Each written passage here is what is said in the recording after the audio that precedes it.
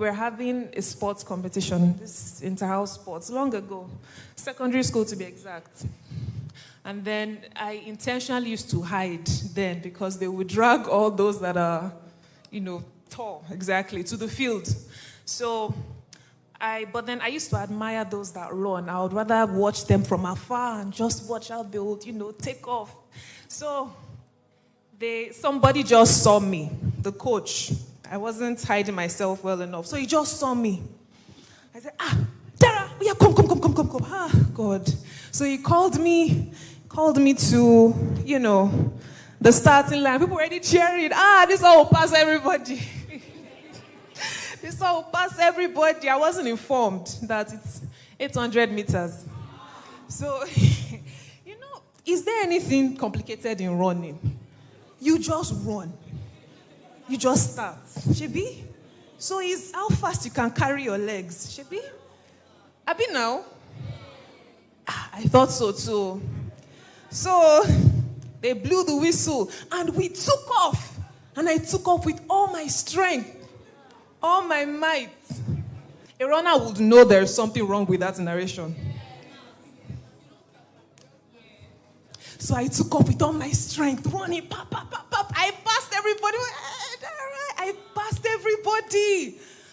100 meters. I passed everybody when I was getting to 200 meters.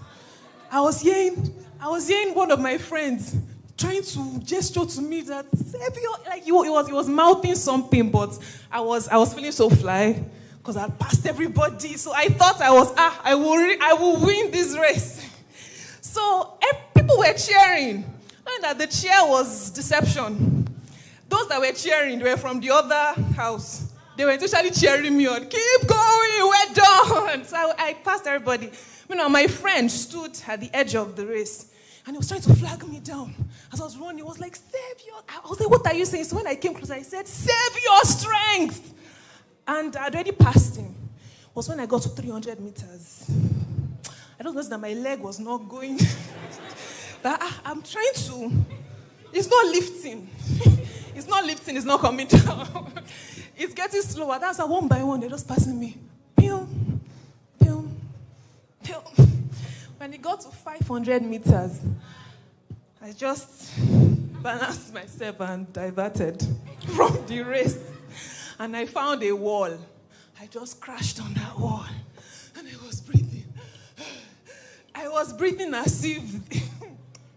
So they all rallied around me. Sorry. Why didn't you save your strength? Why did I said I didn't know. I was not informed. I thought it's just running. And I learned a valuable lesson. Number one is that I can't run.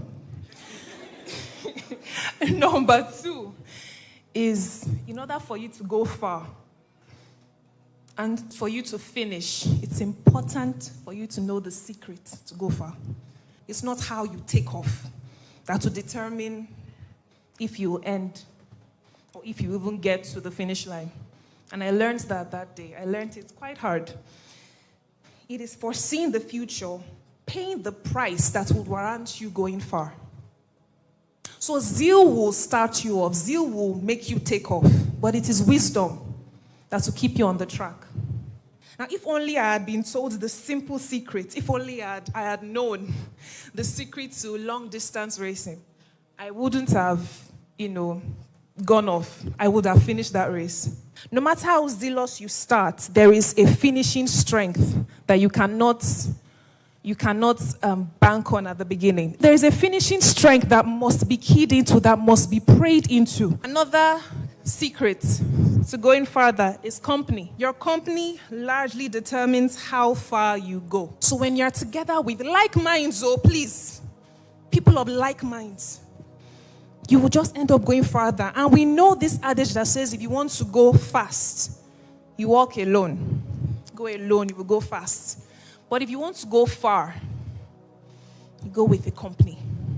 And we have many examples in the Bible, but my favorite is Daniel. Daniel and his friends ate pulse. You know pulse? Beans. For 3 years. When his other Judites were eating meat, chicken, drinking wine. It's not like they were isolated. They were together. So you are seeing them pass a bowl of chicken to the next table. You are seeing that happen. You are seeing them pass ham, sausages to the next table. You are seeing wine bottles going to the next table. But no, ask yourself, if you are Shadrach and Meshach, and Daniel said, my brothers, we cannot do this. The God of our fathers, he abhors this. We are in a strange land. These are fools dedicated to idols. We have to stand firm. And maybe in the first month, you said yes. Yes. But then the next month, you are seeing your brothers eating wine, chicken, and everything. And then they are bringing beans and water to your table with vegetables. Because he said pulse and water. So beans, vegetables, and every other pulse delicacies, basically the beans class. And they're bringing it to your table. And you're eating beans and drinking water.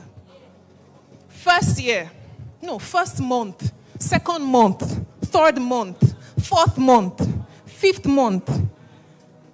I can imagine, I'm so certain that they must have complained because they are human beings. But maybe as one of them is complaining, say, guys, let's just take wine or let's just take a piece of chicken. You know what? Let's do it like this. We will eat it on Saturday. Sunday to Friday, pulse and vegetables. And the other one will say that, no, guys, see, we cannot do this. We can't do this. What's the point of all the sacrifice we're doing then? It is a sin. A sin is a sin. Okay. First year will pass. 1 year, 6 months. The one that was saying is a sin, say, guy, I'm thinking that we can all share just a drumstick. We need meat. We need meat. Beans is protein now, so why are you deceiving? We need meat. We need animal protein. And then Daniel is like, no, see, don't worry. Let's ask for strength. See, just look at the benefits of having a company of like minds that can run together. And that is why they could do the 3 years, because they were 4. So because they were a company, they were able to run alone. And I can tell you that you should ask the Lord for friends. I can never forget the time when Pastor Lawrence talked about how we should ask for stronger friends. That prayer is a very, very intentional and important prayer because your friends largely determine how far you go. And finally, intimacy. The secret to going far and to finishing well. Intimacy. In Isaiah chapter 40, verse 31, it talks about how waiting upon the Lord will renew your strength. It says that they that wait upon the Lord will renew their strength. They will mount up with wings as eagles. They will run and not be weary. They will walk and not faint. So, waiting upon the Lord, intimacy, being intentional about your spending time with Him. It cannot be overemphasized. There was one time that a lady was talking about intimacy, and then she made a reference that it's basically into me. See. So when the Lord is saying, have an intimate relationship with me, let's cultivate intimacy. He's bringing you to His presence so you will see into Him. So into me, see. Because intimacy is basically you unveiling yourself before somebody else. You know how the Bible talked about how the man knew his wife and they gave birth to a son. So intimacy should produce something. Intimacy is knowing someone. And that is seeing into the person. So intimacy is a very, very important key to going far and to finishing strong. In the presence of the Lord, there is fullness of what? Strength. So strength is renewed in the presence of the Lord. No matter how far you want to go, no matter how much you want to do exploits, you have to come back for a refill.